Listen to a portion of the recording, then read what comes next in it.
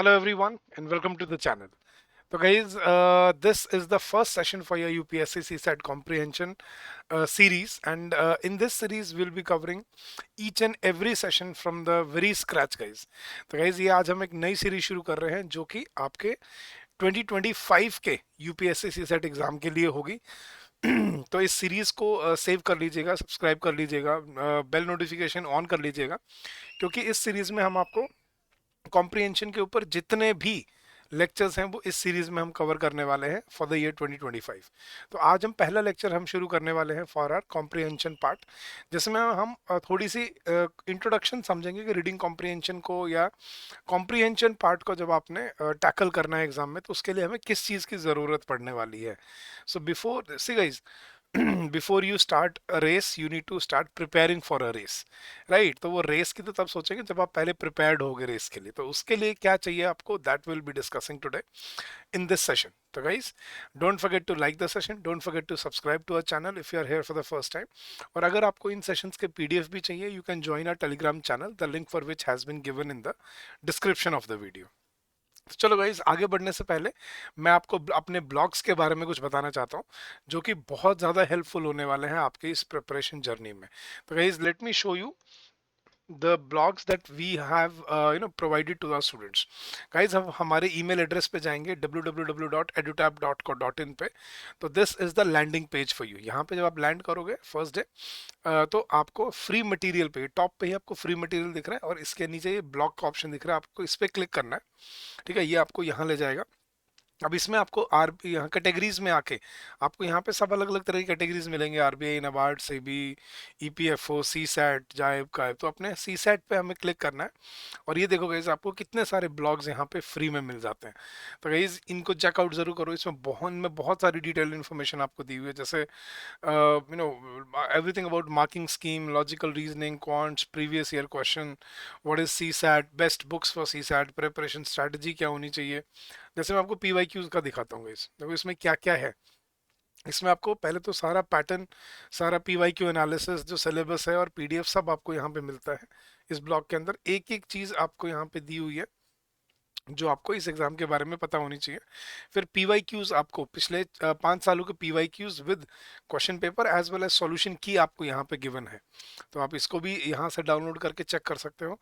फिर आपका पूरा एग्जाम पैटर्न, कितना टाइम होता है, क्या वेटेज होता है, मतलब एग्जाम का सिलेबस क्या है, सब्जेक्ट वाइज उन्होंने हमने आपको बताया है। फिर एक एक टॉपिक वाइज आपको हमने क्लियर किया कि किस सब्जेक्ट में से क्या टॉपिक आते हैं, पीवाईक्यूज बुक्स कौन सी हैं। सो गाइज ये ब्लॉग्स आप पढ़ोगे, ये ब्लॉग्स आपको बहुत ज़्यादा हेल्प करेंगे आपकी प्रेपरेशन में और आपकी जर्नी में। तो do check out these blogs, they are going to be very very helpful and the best part is they are absolutely free of cost. तो फ्री है बिल्कुल आपके लिए, आप जाके इनको ज़रूर पढ़िए और आपको बहुत बेनिफिट मिलने वाला है यहाँ से। ठीक है गाइज। चलो ये तो था हमारे ब्लॉग्स के बारे में। अब शुरू करते हैं गाइज अपना आज का ये सेशन, जिसमें मैं आपको रीडिंग कॉम्प्रिहेंशन के बारे में एक बेसिक इंट्रोडक्शन देने वाला हूँ। ठीक है, तो शुरू करते हैं गाइज। सबसे पहले समझो सीसैट जो एग्जाम है उसका एक कॉम्प्रिहेंसिव सिलेबस क्या होता है। ठीक है, आपको 3 मेजर कंपोनेंट्स वहाँ पे आपको मिलते हैं, namely comprehension part, quantitative aptitude part और आपका logical reasoning and analytical ability part. ये क्वांट्स रीजनिंग इंग्लिश, इसको हम क्यूआरई बोलते हैं। ये तो आपको एग्जाम में हमेशा मिलता ही मिलता है। इसके साथ साथ कभी कभी आपको इंटरपर्सनल स्किल्स या कम्युनिकेशन स्किल्स के ऊपर क्वेश्चन मिल जाते हैं, डिसीजन मेकिंग, प्रॉब्लम सॉल्विंग के ऊपर क्वेश्चन मिल जाते हैं, और कभी कभी एक जनरल मेंटल एबिलिटी के ऊपर भी वो कुछ ना कुछ आपसे पूछ लेता है। तो डिसीजन मेकिंग के ऊपर कभी कभी क्वेश्चन देखे गए हैं, but not in the not in the recent past. बिल्कुल रिसेंट पास्ट में अभी 1-2 सालों में नहीं आए, बट उससे पहले एग्जाम में आते रहे हैं। तो this is the comprehensive syllabus for your C SAT, UPSC C SAT part. ना अब मैं आपको एक बार सबसे पहले ये दिखाना चाहता हूँ कि आपको करना क्या है जब इस एग्जाम की आप तैयारी शुरू करते हो guys. Before we go any further, सबसे पहले जो मुझे आपको बताना है गाइस, अपना स्वॉट एनालिसिस बहुत ज़रूरी है आपके एग्जाम के लिए। अगर आपने स्वॉट एनालिसिस नहीं किया है, स्वॉट एनालिसिस क्या होता है गाइज, आपके स्ट्रेंथ, आपकी वीकनेस, आपकी अपॉर्चुनिटी और आपकी थ्रेट। अगर आपको ये चीज़ें नहीं पता, you will never be able to track your progress. तो सबसे पहले गाइज अपने आप से क्या पूछो, तीन सब्जेक्ट है मेरे पास, क्वांट्स, रीजनिंग और इंग्लिश, राइट। इनमें से मेरे स्ट्रेंथ सब्जेक्ट कौन से हैं, कौन से वो सब्जेक्ट हैं जो मैं जिनमें मैं बहुत कंफर्टेबल हूँ। फिर मेरे वीकनेसेस क्या है, मैं कहाँ पे वीक पढ़ रहा हूँ, कहाँ पे मुझे प्रॉब्लम आ रही है क्वेश्चन को सॉल्व करने में, ठीक है। फिर आपके पास अपॉर्चुनिटी क्या है, कि आप कितना टाइम है आपके पास, कितना आप कैसे उसको ब्रेक डाउन करके कैसे उसको एक सिस्टमेटिक वे में अप्रोच कर सकते हो। और थ्रेट क्या है इन द मीन टाइम, कि आप किस चीज़, क्या चीज़ खतरा बन के आ सकती है आपके एग्जाम के लिए। तो आपको ये एनालिसिस करना बहुत ज़रूरी होता है before we start any any new prospect और any new project in our lifes. तो ये याद रखना गाइस, ठीक है। This is a very important habit. आपकी स्ट्रेंथ क्या है, आपकी वीकनेस क्या है, आपकी अपॉर्चुनिटी क्या है, और आपके थ्रेट्स क्या है आपके सामने, ये समझ के ही आप अपने प्रोग्रेस को ट्रैक कर पाते हो। तो सबसे पहले आपको क्या करना है guys, identify your weakest area. For identifying your weakest subject, you can solve previous year papers of UPSC Civil Services exam. This will not only help you in the practice but also know your strong and weak areas. सबसे पहले अपने PYQ solve करके देखो, कोई भी recent वाला करके देखो। 2023 का बैठ कर ना एक दिन पूरा पेपर सॉल्व करके देखो, और आपको देखो कितने मार्क्स आते हैं, और आपको किस सब्जेक्ट में किस एरिया में फोकस करने की जरूरत है। जब तक आपको वो नहीं पता होगा, आप काम किस पे करोगे गाइस। तो अंधा मतलब बिल्कुल आंख बंद करके नहीं चलना है हमें, यहाँ पे हमें आंख खोल के प्रॉपर लॉजिकल वे में अपनी तैयारी शुरू करनी है। फिर आपका time management. While attempting the practice papers, it is necessary that you take into consideration the time you spend in solving each question. तो हर क्वेश्चन में आपको कितना टाइम लग रहा है वो नोट करना ज़रूर। जब आप अपने PYQ सॉल्व कर रहे हो ना, तो टाइम नोट करना कि हर क्वेश्चन को, मतलब मैथ्स के क्वेश्चन को सॉल्व करने में कितना टाइम लग रहा है, कॉम्प्रिहेंशन में कितना टाइम लग रहा है, रीजनिंग में कितना टाइम लग रहा है। One should practice more to reduce the average time spent on solving a question. अब जितना आप प्रैक्टिस करते जाओगे उतना ही आपका टाइम कम होता जाएगा, मतलब आपका टाइम सेव होता जाएगा, बट आपको वहीं से प्रोग्रेस ट्रैक करने को मिलेगी। कि पहले मैं 3 मिनट में एक क्वेश्चन करता था कॉम्प्रिहेंशन का, अब मैं 2.5 में करने लगा हूँ, अब मैं 2 में भी कर पाता हूँ। तो वो जो प्रोग्रेस है वो आप तभी ट्रैक कर पाओगे जब आपको ये पता हो आपने शुरू कहाँ से किया था। तो अपने टाइम को भी ट्रैक करना शुरू करना है। Then identify your strong subjects. Another important aspect. It is recommended that once a candidate knows his strong subjects, he or she should solve questions from that section first. और जो आपका strong subject निकल के आएगा guys, अब उसको habit बना लो कि आपने उस पर्टिकुलर सब्जेक्ट के क्वेश्चंस पहले अटेम्प्ट करने हैं। देखो सभी का होता है गाइस, एक स्ट्रॉन्ग सब्जेक्ट हो, जैसे मेरा इंग्लिश है, तो मैं पेपर में ज़्यादा फोकस किस पे करूंगा, कॉम्प्रिहेंशन पे, इंस्टेड ऑफ क्वांटिटेटिव एप्टीट्यूड या रीजनिंग। अगर आपका क्वांट्स अच्छा है तो आप किस पे फोकस करोगे, पहले पहले क्वांट्स के क्वेश्चन में फोकस करो, ताकि आपकी एक्यूरेसी और एफिशिएंसी निकल के आए, मतलब आप कम से कम टाइम में ज़्यादा से ज़्यादा क्वेश्चन कर पाओ। और फिर जो टाइम बच जाए फिर आपने दूसरे सब्जेक्ट को देखना है, जैसे कॉम्प्रिहेंशन हो गया या रीजनिंग हो गया। तो आपको अपना स्ट्रॉन्ग और जो आपके मतलब जो वीकर एरियाज है उनके बारे में clearly you have to make a conscious decision for it. So it is recommended that once a candidate knows his strong subjects, he or she should solve questions from that section first. This will not only help them feel confident about their preparation, but also assess their performance and not panic if stuck on a tricky question. तो अगर आप tricky question पे stuck हो भी जाते हो, किसी कहीं क्वेश्चन फंस भी जाते हो, तो आप पैनिक नहीं करोगे। तो और आपको कॉन्फिडेंस रहेगा हमेशा अपने अटेम्प्ट के ऊपर। तो अपने स्ट्रॉन्ग और वीक सब्जेक्ट्स को आइडेंटिफाई करते चलो, अपनी टाइम मैनेजमेंट को ध्यान में रख के अपनी तैयारी करना शुरू करना है हमने। अब रीडिंग कॉम्प्रिहेंशन में आपको क्या चीज़ ध्यान रखने का, इसे याद रखना आपको, हर सेक्शन में लगभग लगभग 8 से 12 पैसेजेस आपको मिल जाते हैं। मतलब टोटल आपको लगभग मैं कह रहा हूँ कि मतलब 20 से 25 के बीच में आपको पैसेजेस एग्जाम के अंदर आजकल देखने को मिलते हैं। So you will be given 20 roughly between 20 to 25 passages, जिसमें हर पैसेज पे आपको एक या दो क्वेश्चन दिया होता है। कभी कभी इस पे 3 भी आ जाते हैं, कभी कभी वेरी रेयरली 4 भी आ जाते हैं, और कभी कभी देखा गया है 5 भी आ सकते हैं, बट यूजुअली यहाँ पे 2-3 तक ही क्वेश्चन रहते हैं। तो you should attempt those passages first. कौन से, जो बड़े क्वेश्चंस हैं, जिनमें आपको ज़्यादा क्वेश्चन करने को, ज़्यादा मार्क्स निकालने को मिलते हैं on the basis of the same passage. So you should attempt those passages first which have the maximum number of questions. Why? Because each comprehension you solve will complete approximately 8% of your comprehension part. In CSAT, the examiners don't write the passage on their own. They simply copy it from a newspaper column, articles, etc. They only frame the questions by themselves. आपको ये चीज समझनी है कि जो passages दिए होते हैं ना आपके पेपर में, ये वो खुद से नहीं लिखते, ये किसी एडिटोरियल, आर्टिकल, पीरियोडिकल, कोई कहीं ऐसी चीज़ों से उठाते हैं, वो क्वेश्चन उस पे खुद बनाते हैं बस। तो अगर आपकी एक डेली रीडिंग हैबिट है तो it will be very easy for you to control your comprehension skills. तो इसमें आपको क्या ध्यान रखना है, what are the useful steps to crack reading comprehension? Read a passage very fast, just skim through it within a minute. 1 minute के अंदर अंदर आपको पूरा पैसेज पढ़ लेना है, उसको समझ लेना है। फिर read the questions with their options, फिर क्वेश्चंस के साथ साथ हमें अपने ऑप्शन पढ़ने हैं। Go to the relevant section of the passage, उस पैसेज में जहां उसके बारे में लिखा हुआ है उसको एक बार री रेफर करना है आपको आराम से। And then always mark the answer by using eliminating method. What is eliminating elimination method? Always eliminate the extreme options, incoherent options first, and then when you are left with probably two options, then choose wisely which is the the broader answer, which is the which is the option which tells exactly the information that is given in the passage or that can be inferred from the passage. So always use elimination method, eliminate those options which are least likely to be correct. Then complete all the questions of one passage in one go. ये याद रखना, एक passage को छोड़ना नहीं है, करना है तो उसको पूरा करके जाना है, बीच में अधूरा छोड़ के नहीं निकलना, या तो फिर आप आगे निकल जाओ फिर पीछे उसको मुड़ के नहीं देखना आपने। और टाइम डिवीजन क्या होना चाहिए गाइस आपका? दिस पार्ट कंटेन्स 80 क्वेश्चंस, इसमें 80 क्वेश्चन आएंगे आपको सी सेट में। So we will try to attempt 44 questions in the first hour. पहले 2 घंटे मिलते हैं आपको, तो आपको पहले घंटे में लगभग 45 क्वेश्चन 40 क्वेश्चंस अटेम्प्ट करने हैं, टारगेट करने हैं, और अगले 40 मिनट्स में we will jump to the decision making या कॉम्प्रिहेंशन या सॉरी रीजनिंग एंड और अदर दूसरे वाला पार्ट। तो you have to basically control and manage your time in the exam. आपका पहला घंटा बहुत ही क्रूशल होने वाला है इसमें, ठीक है। उसके बाद फिर आप क्या कर सकते हो, अपने जो बाकी क्वेश्चन हैं उनकी तरफ आप देख सकते हो इस चीज में, ठीक है। तो ये थी आपकी गाइस कुछ बहुत ही useful tips and tricks when you are preparing for your comprehension part. एक पैसेज में आपको दिखाता हूँ, ये PYQ का ही एक पैसेज है, और आपको समझ आएगा कि किस तरह के पैसेजेस आपको वहां पे मिलते हैं।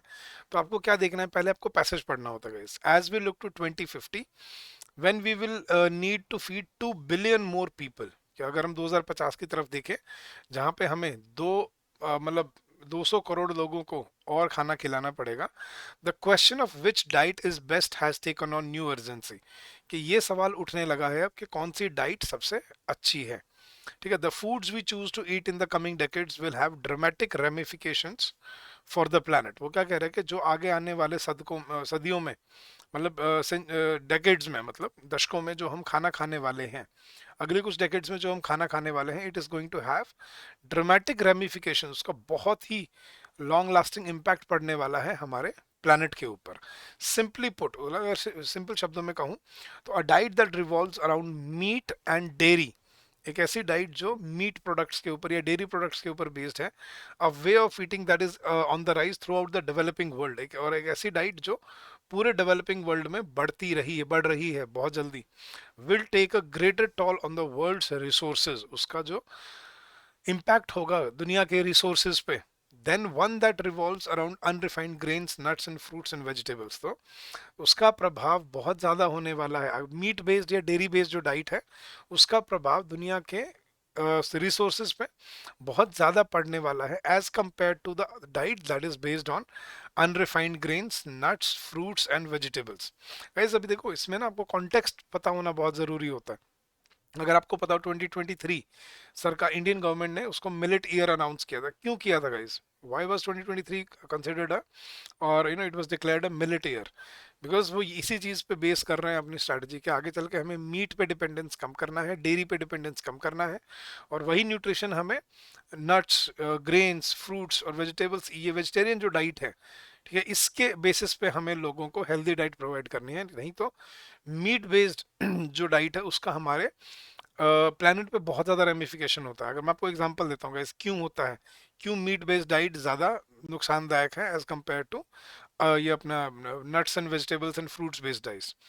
अब अगर आपको ये चीज़ नहीं पता, 1 किलोग्राम ऑफ मीट को बनाने में लगभग लगभग 15,000 लीटर पानी लगता है। 1 किलो मीट को तैयार करने में 15,000 लीटर पानी लगता है। जबकि वहीं पे अगर मैं कंपेयर करता हूँ तो 1 किलो आलू बनाने में, सॉरी 1 किलो चावल बनाने में लगभग 3,500 लीटर पानी लगता है। 1 किलो आलू बनाने में, सॉरी चावल बनाने में साढ़े 3000 लीटर पानी लगता है। 1 किलो दाल बनाने में लगभग 1700 1750 लीटर पानी लगता है। और 1 किलो आलू बनाने में सिर्फ 350 लीटर पानी लगता है। तो देखो वही 1 किलो आलू जिसमें उतना ही प्रोटीन और कार्बोहाइड्रेट्स हो सकते हैं जो आपके नॉन वेजिटेरियन डाइट में हो, वो 1 किलो आलू बनाने में साढ़े सवा 300 लीटर पानी लगता है। जबकि वही अगर आप कंपेयर करो 1 किलो मीट में, तो उसमें 15,000 लीटर पानी लगता है। And water is a natural resource. तो मैं सिंपल सा एग्जांपल दे रहा हूँ, इसी से आप समझ सकते हो कि यार क्यों मीट बेस्ड डाइट जो है वो आपके प्लेनेट पे उसका उनके बहुत ज़्यादा रेमिफिकेशंस होने वाले हैं। और आगे जब हमारे सामने फूड सिक्योरिटी का चैलेंज होगा 2050 के आसपास, तब हम कैसे डिसाइड करेंगे कि क्या खाना अच्छा है क्या खाना अच्छा नहीं है। तो ये पूरे पैसेज का क्रक्स था। तो अब उसने पूछा कि what is the critical message conveyed by the above passage. तो ऑप्शन में पढ़ता हूँ फिर आंसर देता हूँ। Our increasing demand for food sourced from animals puts a great burden on our natural resources। सही बात है, वो कह भी रहा है कि हमारी जो एनिमल बेस्ड मतलब मीट बेस्ड डेयरी बेस्ड जो फूड है, अगर वो हम उस पे अगर वो बढ़ जाएगा, अगर इंक्रीज डिमांड हो जाएगी उसकी, तो वो हमारे नेचुरल रिसोर्सेज पे उसका बहुत प्रभाव पड़ने वाला है, जो उसने बोला भी है पैसेज में। तो clearly this is correct. Second, diets based on grains nuts fruits and vegetables are best suited for health in developing countries. ये सिर्फ डेवलपिंग कंट्रीज में ही ये अच्छी होती है। देखो इस बाकी सारा ऑप्शन बिल्कुल ठीक था, लेकिन क्या वो उसने बोला कि ये जो ग्रेन्स और नट्स बेस्ड जो डाइट है ये सिर्फ डेवलपिंग कंट्रीज में अच्छी है? ये पूरे दुनिया के लिए है, ये सिर्फ डेवलपिंग कंट्रीज में नहीं है। रिसोर्सेज तो पूरी दुनिया के ही है ना, और प्रॉब्लम सारी दुनिया में ही आएगी फूड सिक्योरिटी की। तो यहाँ पे आपको ध्यान रखना है, it's not just developing countries, it's beneficial for all of us. तो एक चीज से आप एलिमिनेट कर सकते हो कि छोटा सा पार्ट जो है वो थोड़ा सा इनकोहेरेंट हो गया है। See human beings change their food habits from time to time irrespective of their health concerns. कि भाई आदमी तो खाना अपना बदलता रहता है, उसकी तो मर्जी है। नहीं, ये नहीं कहा उसने।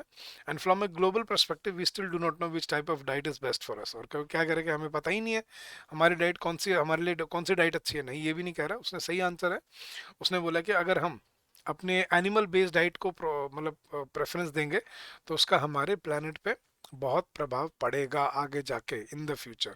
So option A was the correct answer है। तो गाइस इस तरह से प्रॉपरली पढ़ के कॉन्टेक्स्ट समझ के अपना पर्सपेक्टिव को सही तरह से उसको जगह पे रख के और फिर अपने ऑप्शंस को एलिमिनेट करके आपको अपने आंसर तक पहुंचना होता है। And then you will be able to solve this comprehension passages. तो गाइस अब इस सीरीज में हम आगे चल के यही सब करने वाले हैं।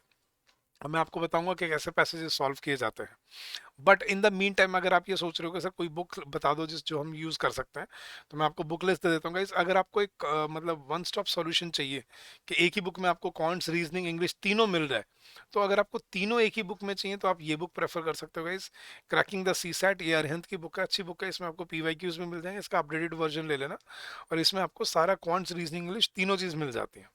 अगर आपको सिर्फ कॉम्प्रिहेंशन के लिए चाहिए, मान लो आपको कोई क्वांट्स के लिए आपने पहले कोई बुक ले रखी है या कहीं से पढ़ रहे हो, तो आपको सिर्फ कॉम्प्रिहेंशन के लिए, अकेले कॉम्प्रिहेंशन के लिए चाहिए, तो आप ये बुक प्रेफर कर सकते हो, जीकेपी की बाय अशोक कुमार सिंह। ठीक है, अच्छी रीडिंग कॉम्प्रिहेंशन, ये सिर्फ सी सेट के ऊपर, सिर्फ कॉम्प्रिहेंशन के ऊपर बेस्ड है ये बुक। तो अगर आपको अकेले कॉम्प्रिहेंशन के लिए चाहिए तो आप ये बुक भी प्रेफर कर सकते हो। ठीक है, तो ये बुक्स अच्छी हैं मार्केट में, आप इनको यूज़ कर सकते हो अपनी सी सेट की प्रेपरेशन के लिए ना। कुछ अपने सोर्सेज जो मैं आपको बताना चाहता था, जो आप अपने एंड पे यूज़ कर सकते हो टू रीड। जो मैं आपको बोला ना, ये पर्सपेक्टिव, जैसा आप उसे सोच रहे होगे सर ये आपको कैसे पता चला, जो मैं आपकी बता रहा था कि एक एक किलो मीट बनाने में 15,000 लीटर पानी लगता है, जबकि 1 किलो आलू बनाने में 350 लीटर पानी लगता है। यही चीज़ें आपको पता होनी चाहिए। इसी को जनरल अवेयरनेस, जनरल स्टडीज़ बोलते हैं। ठीक है, और ये आपके दिमाग में होनी चाहिए ऐसी ऐसी बातें, तो उसको उस पर्सपेक्टिव से पढ़ना है। और वो पढ़ने के लिए आपको आज से एक डेली रीडिंग हैबिट बनाना शुरू करनी पड़ेगी। तो अगर आपकी वोकेबलरी अगर आपको इंप्रूव करनी है, तो एक बहुत अच्छी बुक है word power made easy by Norman Lewis. आप इसको पढ़ना शुरू करो, ये 4 महीने में आप आपकी वोकेबलरी मतलब शेक्सपियर बन जाओगे आप। दिस इज मतलब holy grail of vocabulary. It's a very good book, आप इसको यूज़ कर सकते हो अगर आपकी वोकेबलरी अच्छी नहीं है तो। नहीं तो आपको एक डेली रीडिंग हैबिट बना पढ़ना, मतलब डेली रीडिंग हैबिट शुरू करनी पड़ेगी, जिसमें आपको न्यूज़पेपर आर्टिकल्स या ऑनलाइन आर्टिकल्स पढ़ने पड़ेंगे, जिसमें पीआईबी है, लाइव मिंट है, द हिंदू है, इनसे ज़रूर पढ़ो। इनसे आपकी जनरल अवेयरनेस भी इंप्रूव होगी, करंट अफेयर्स भी आप सही रहेगा और आपका, और रीडिंग हैबिट भी आपकी बनी रहेगी। प्रैक्टिस क्वेश्चन कहाँ से करने गाइस आपको, आपको प्रीवियस ईयर क्वेश्चन से प्रैक्टिस करना है, बिकॉज वो सबसे रेलेवेंट सोर्स होते हैं आपके एग्जाम की तैयारी करने के लिए।